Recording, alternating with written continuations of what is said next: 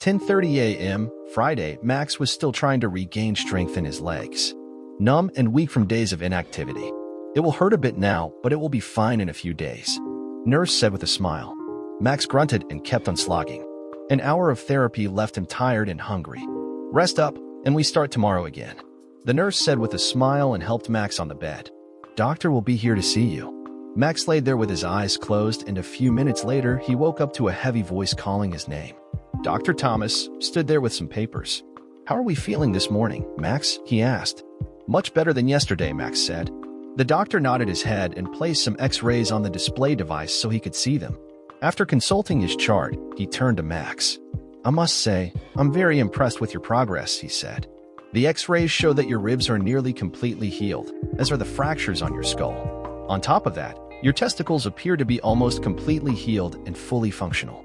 I see the swelling on your face is almost gone and the bruising is significantly diminished. Whatever it is you're doing, please keep doing it. At this rate, we might be able to discharge you in just a couple days or so. That's good to hear, Doc, Max said. You mentioned my testicles. How badly were they damaged? Bad enough that we considered removing them, the doctor said. But like I said, they now seem to be almost completely healed. Tell me, overall, how much pain are you feeling on a scale of 1 to 10, with 1 being the least and 10 the worst? Overall, I'd say about 2 or so, Max said. Good, the doctor said, making a note in his chart. We'll keep an eye on things for a bit, and I'll adjust your medications accordingly. You just rest and get well, okay? Do you have any questions for me before I leave? Max went silent. He stared at the doctor for 2 minutes. I guess not. I have heard this before. Discussion about my injuries, unexpected recovery, discharge, rating my pain. I have heard this before. Max was confused and a sharp pain drove through his head. Was it a dream? That woman, Adrestia, Nemesis, the goddess, Eli the warrior, was it all real? Nah, just my mind playing games. Max closed his eyes, tried to make sense of it all. Soon, he fell asleep.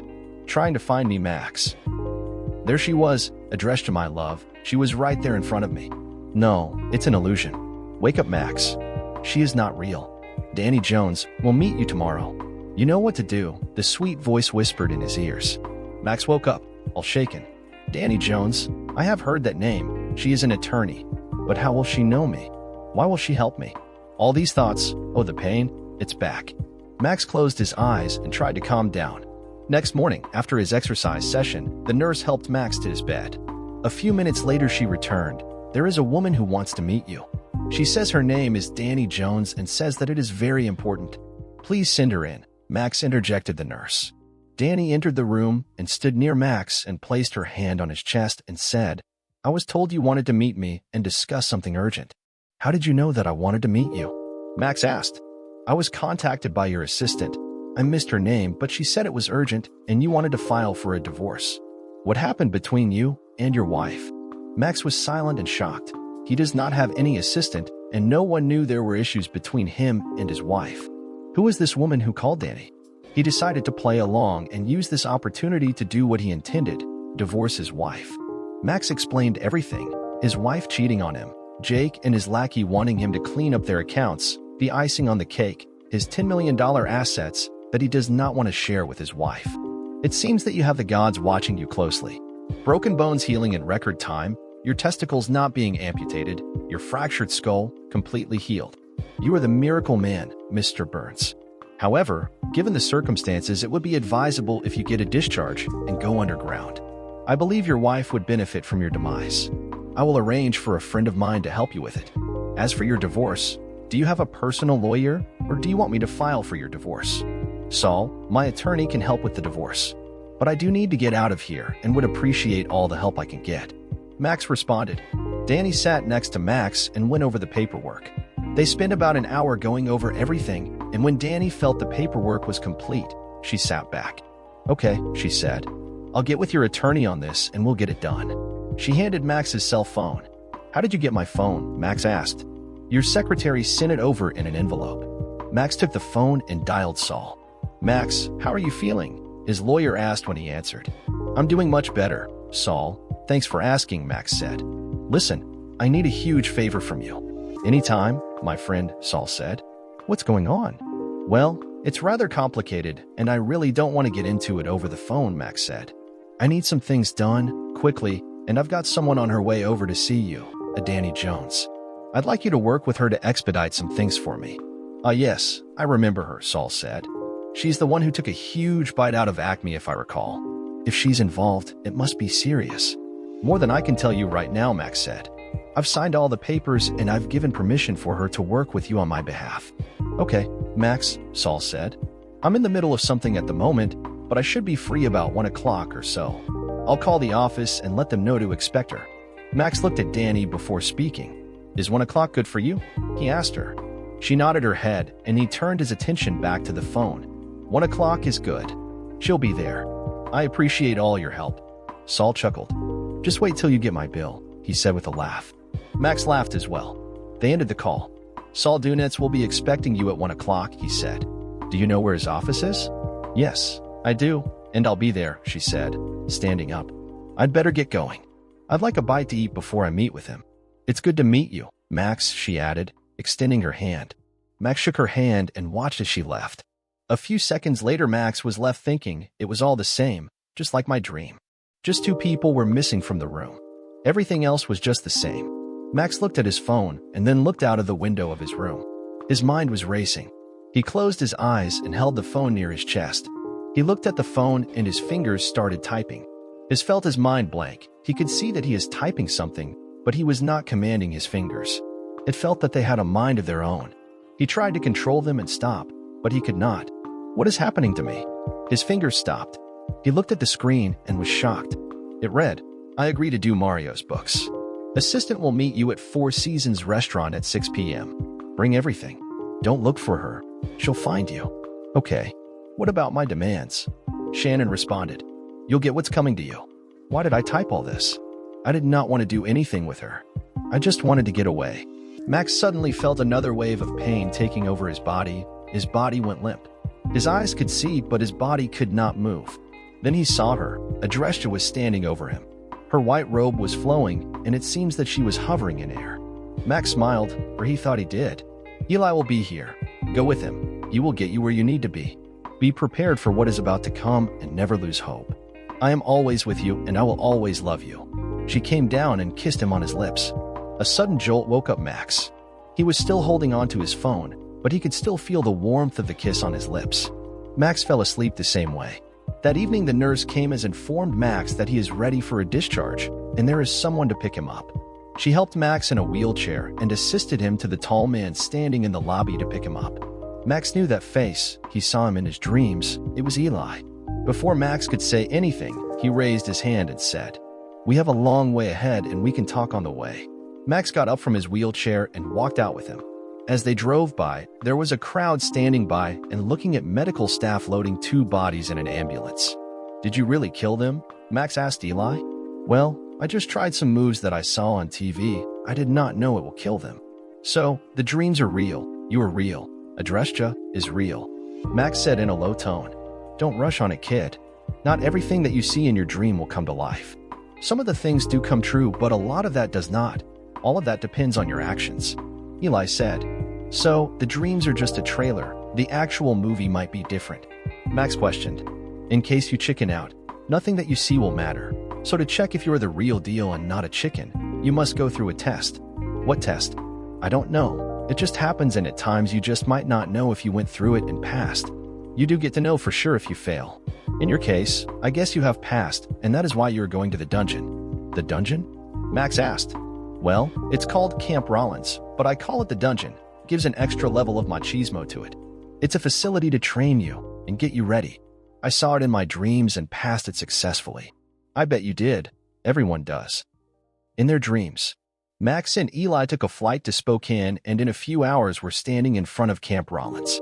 This is as far I can take you. You need to go ahead on your own now. Best of luck, and I hope you don't chicken out.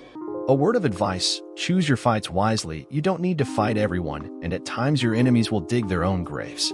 Eli then handed Max an external hard drive. They will teach you how to decrypt it, and you will decide how to use it. Your beloved wife has given this. She wanted you to fix all her wrongs. We have already disabled the tracker and worked through the encryption on the files. And I got rid of the virus they put on the drive. Max took the drive and went inside. The first month of camp was rough on Max, but he expected it. They ran everywhere, up and down steep hills, through obstacle courses that included rope climbs into tall trees, and to the gym, where they worked out with weights until their arms could hardly move. They were given exercises that made little sense to him at the time. These workouts took place every day from 5 a.m. until 6:30 p.m. That was the time they returned from dinner and were allowed to have one cigarette in a formation outside their barracks. The only other break the students got was on Sundays. Those who wished went to church. The rest were given jobs around the camp, mowing the grass or washing laundry. That was also the day they were allowed to write letters. Max had no one to write to, and no one sent him any letters. He worked only on the drive given to him. The camp authorities did give him a laptop to work with. That is the only thing he did in his spare time. He gathered all the evidence and found it was a treasure trove of multitude of crimes, illegal guns, drugs, human trafficking, graft, pay-for-play, you name it. It also had transactions with a number of elected officials across the country. Bank details, amounts, and phone numbers. Prisons are going to be full, I guess, he said to himself. Meanwhile, 1,500 miles away, Shannon and Jake were beside themselves trying to get a lock on Max's location. Shannon was even more concerned, given that she handed over the drive to his assistant. She still hated the tall blondie. Max must be sleeping with her. That witch will pay. Once I get my hands on Max, I will take out that witch. She was still concerned when it came to Max. He needs to be here, so she can take away his money. She thought it odd that she never heard from him. No texts, no calls, no emails, nothing. Nevertheless, all their bills were being paid and she received a weekly stipend, which she spent on food and other things she needed. She began to wonder if maybe Jake and Mario had taken him out. She broached the subject to Jake a couple times, but he shut her down. As for the updates on Mario's books, all they received were anonymous emails saying they were being processed. When they tried responding, all they got were error messages saying the address they attempted to contact did not exist. What they didn't know is that enough information had already been forwarded to certain agencies who were preparing to make some big arrests. Max finally got to the third month of his training and found that he enjoyed the close combat and self-defense training he received. Of course, the physical training and psychological counseling continued. They also offered him free legal help, but he turned that down, since he already had an attorney working his case. Then came the Burn the Witch ceremony, which marked the end of their training. The instructors gathered them outside after dinner around a pole that had a pile of wood around it. A straw figure lay on the ground next to it. When I give the command, take one photo of your spouse and pin it to the figure, their senior instructor commanded. Ready? Move. They all pulled a photo of their spouse and pinned it to the figure. All Max had was a photo he got from the PI that showed both Shannon and Jake. He stabbed a pin through Shannon's face, securing the photo to the figure. Not the figure, the instructor ordered. They picked up the straw effigy and tied it securely to the pole. Finish. Front and center, the sergeant ordered. Max stepped in front of the sergeant, who handed him a lit torch. He grabbed the torch with both hands and held tight. Burn the witch, the sergeant ordered. Sir, burn the witch. Aye, sir. Max shouted in response. He walked to the pile of wood below the straw effigy and set it on fire. The flames licked up, catching the straw figure on fire. Burn, burn, burn, they all chanted as flames devoured the straw figure. The photos quickly curled up and burned to ash. Burn, burn, burn, the men shouted, pumping their fists in the air. They continued to chant and pump their fists in the air. The chants turned into howls and angry growls as the figure burned. The men sounded more like wild animals than human beings as they howled. Soon, the figure fell off the pole and burned as it lay on the ground. A few of them unzipped their trousers and urinated on the figure. Max joined them. The sergeant gave everyone a beer from a chest at his feet, and they celebrated the end of their training. Max joined several others and lit up a cigarette to go with his beer. The next morning, Max got up and followed the rest of the class into the head where he showered, shaved, and got ready for the day. After getting dressed in freshly laundered jeans and denim shirts, the class went to breakfast, retrieved the stuff they turned in, then formed up for the graduation. The camp commander and the senior instructor stood before them. You men have come a long way since you arrived, the camp commander said. You came here, scared, uncertain about your future, defeated and humiliated by the ones you love the most. Now, you've gotten your manhood back. You look like men with the confidence to take on the world. You have the tools and the wherewithal to take on and successfully complete whatever you set out to do. I wish the best for each one of you. Remember, we're here for you 24 hours a day, 7 days a week. If you need anything at all, even someone to talk to, we're here for you. Now, go and take on the world." Their senior sergeant stood in front of the class. "Class, attention. Dismissed." The men whooped as they picked up their bags and headed to the bus, stopping to shake the sergeant's hand. Many of them gathered before entering the bus to exchange contact information, promising to stay in contact with each other. Max headed to the airport and saw Eli waiting for him. He walked up to him and shook his hand. "You look better, kid. I guess they fed you well." "Yep, they did. It was tougher than I thought, but I survived." Max laughed. On the flight, Max and Eli were seated together. Max asked, "In one of my recent dreams, I got a power of making people do my will. Do I get that power in real life? How do I know I have that power?" Eli smiled and said, "You never know until you use it. Time will tell." A few hours later, they came out of the airport.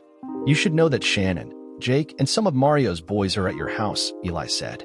"Amos is with the private investigator keeping an eye on things. I'm told there's some sheriff's deputies with them. You gonna be able to handle this?" Eli asked. Max took a deep breath and let it out slowly. "I'm ready to get this done." Eli nodded. Not having any luggage, the two of them went outside and flagged down a cab. Before they got in, though, a young man on a skateboard came zipping down the sidewalk, bowling over a woman pushing a baby stroller. "Hey, you," Max ordered. The teenage boy on the skateboard stopped and turned to Max. "Are you talking to me?" the teenager asked. Max took in the ring he wore in his nose and upper lip. "Yeah, you," Max said. "Get over here and apologize to this woman. Now," he ordered. The kid just flipped his middle finger at Max and walked away. Eli started laughing and said, "I guess that power is still manifesting." Max stood there and looked at Eli. "Yep, I guess I need to wait." Eventually, they made their way to Max's house, which sat on a 5-acre wooded lot on the edge of town. They came upon a pickup that Eli recognized. He asked the driver to pull over for a second. The driver pulled over and Amos came to the cab. "There's 4 fellas inside with Mrs. Burns and her lawyer friend," he said. "Process server and sheriff's deputies are here with arrest warrants for all of them." "Okay," Eli said. "Follow us inside." Amos nodded his head and walked back to the deputies on the other side of the road. Eli gave the signal for the driver to pull into Max's property. Max paid the driver with his credit card and got out of the vehicle. Eli got out on the other side. He directed the others to follow close behind him and waved the cab driver off. After the cab left the property, Max, Eli, Amos, the process server, and 2 deputies went to the front door while a 3rd deputy went behind the house to enter from the back door. Max opened the door and walked in. The 4 goons turned and began to pull out their weapons. Max moved fast and landed quick blows on the 4 goons and knocked them out to Shadowland.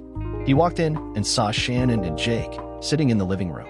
The process server walked up to Shannon and handed her the divorce papers. "Miss Shannon Burns, you have been served." She took the papers in her hand. Max walked up to Jake and held him by his throat and looked straight in his eyes. He let him go, walked a step back, and punched right on his nose. It broke with a cracking sound and Jake went down on the ground and held it with his hands. "Shannon, there is a pen on the table. Sign the papers." Max said. "No, you are not getting away that easy." She shot back. Max picked up Jake and looked towards Eli. Eli handed him a baton. Max took it and landed a swift blow to his left knee. The room filled with Jake's scream, and he fell to the floor. "So, Shannon, are you signing the papers?" "No," her voice shaking. Max placed his foot at Jake's right ankle and landed another blow on Jake's right knee. Jake screamed, "Just sign the damn papers, witch. He will kill me." Shannon was on her knees by now, shaking, and quickly signed the papers. Max felt a hand on his shoulder. He looked back to see Adresh's shadow. But he felt something in him, something growing, something in his throat. Max looked at Shannon and Jake. "The cops will be here and they will arrest you. You will cooperate in the investigation and will answer all questions honestly. Do I make myself clear?" Their eyes looked blank and they nodded. Eli waked up to Max and said, "I guess your power just manifested." Cops soon walked in and arrested both Shannon and Jake. 2 days later, Max and Eli stood outside Mario's penthouse. A big man was guarding the door. Max walked up to him and politely said, "You need to let me in." The man opened the door and closed it once Max and Eli entered. Soon they were standing near the pool deck. Mario was in a deep conversation with his lawyer. "Who are you?" Mario asked as he stood up. "Yes," the lawyer said. Speak up, man. Who are you? And how did you get here? Don't you recognize the accountant you wanted to do your books? You really should know who you're doing business with, Mario, Max said. What? Mario asked. What are you talking about? I'm the guy Jake and Shannon told you about, Max said. Oh, so you're the accountant who double-crossed me, Mario said. Do you know who you're dealing with? Do you realize I can have you taken out with a single call? Max chuckled. The real question is, do you know who you're dealing with? Max said. Mario took a step back. He wasn't used to people standing up to him. He considered his options before speaking. All right, Mario said. You've got my attention. Now, tell me what I need to do to make things right with you. You do know that even if the feds come after me, I'll never spend a minute behind bars. My lawyers will keep the courts tied up in knots for years. So, tell me what it is you want. Money? I got lots of it. Women? I've got more than I can shake a stick at. You can have some of it, as much as you want. Just name your price. Max felt his face turn red with anger. Deep down, he knew that Mario was right. Even though he deserved to spend the rest of his life in prison, he knew Mario's attorneys would fight tooth and nail to keep him out. And he would be free to ruin more lives and free to prosper off the ruin he left behind. There was nothing remotely redeeming about this creature, and Max knew he had to be eliminated. There's only one thing you can do that would satisfy me, Max said. Name it, Mario said. Anything. Max smiled, but there was no warmth in his smile. Drop dead, Max commanded. Mario began to smile, but the smile faded and he brought a hand to his chest. He gasped for air, but was unable to breathe. He looked at Max one last time before his eyes rolled up. He fell to the concrete, his eyes glazed over in death. The lawyer looked at Max, shocked. Who are you? He asked. Max Spinach, Max told him. And as far as you're concerned, I don't exist. I was never here. Understand? Why? Yes, I understand, the lawyer stammered. Good. Now, go to sleep. And when you wake up, you won't remember a thing. The lawyer dropped to the concrete, his eyes closed in a deep slumber. Max and Eli walked out of the house back to Max's place. While Maz was busy opening the lock on the front door, Eli said, My work here is done, and looking what I see, you don't need me. Goodbye, Max. Max turned back, and there was no one. Eli disappeared into thin air. By now, Max was accustomed to see people disappear. Max then slept for a whole day. When he woke up, he turned on the TV. His attention was drawn to a report about Mario. This just into Eyewitness News, the anchor said. Reputed mob boss Mario Alvarez was found dead in his New York home. According to the coroner, he suffered an aneurysm and bled out internally. Authorities say his attorney was found in a deep sleep near Alvarez's pool and had no recollection of the incident. Alvarez and his organization came under intense scrutiny after federal authorities received files regarding his alleged activities from an anonymous source. In related news, a local attorney with ties to Alvarez was found dead in a cell. Prison authorities say the man, who is yet to be identified, appears to have committed suicide. A woman who was arrested with the attorney also appears to have suffered a panic attack and is currently being held for observation. Stay tuned to Eyewitness News for more updates. Max chuckled as he turned the television off. A few minutes later, he heard a knock on his door. Looking through the peephole, he saw Detective Hansen and opened the door. Good morning, Detective. What can I do for you? You have a minute? Hansen asked. Sure, come on in. I was just curious to know if you can tell us anything about what happened with your wife and her attorney friend. Max shook his head. No, I can't tell you anything. I haven't spoken to her since she was taken into custody. Maybe you can tell me what happened. Hansen shrugged his shoulders. I really don't know how to describe it. Your wife said something about seeing creatures in her cell overnight. She was pretty hysterical. They had to sedate her and put her in the psych ward of the jail. Did she confess to what she had done? Max asked. She did more than that. All of the perps we picked up sang like canaries. It's going to take us weeks to get through everything they confessed. You don't know anything about that, do you? I advised them to confess everything they could. Nothing wrong with that. Is there? No, I guess not. By the way, you're looking much better than you did the last time I saw you. Thanks, Detective. It's amazing what 3 months in the country can do for you. I guess. So, you have nothing else to offer? Max shook his head. Not a thing, Detective. Hansen nodded his head. Okay, he said, preparing to leave. Call me if you can think of anything. Of course. He escorted the detective to the door, shook his hand, and closed the door after he left. After he watched the detective drive off, he went into his home office and sat at his computer. He pulled up Word and Excel and began typing, making entries in the spreadsheet as he went. He worked for hours, stopping only to grab something to eat. When he finished, he sat back and looked over his work. Smiling to himself, he stepped on his back deck with a cup of tea and one of Eli's cigarettes. Footage agency, he thought to himself. He liked the sound of that. He repeated it to himself a few times, liking the name even more.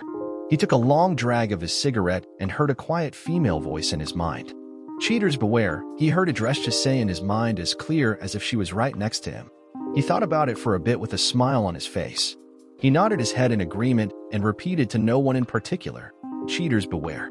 Max, now an angel of vengeance, will be back with another tale. Dear listeners, please share your thoughts in the comments section below and don't forget to like, share, and subscribe.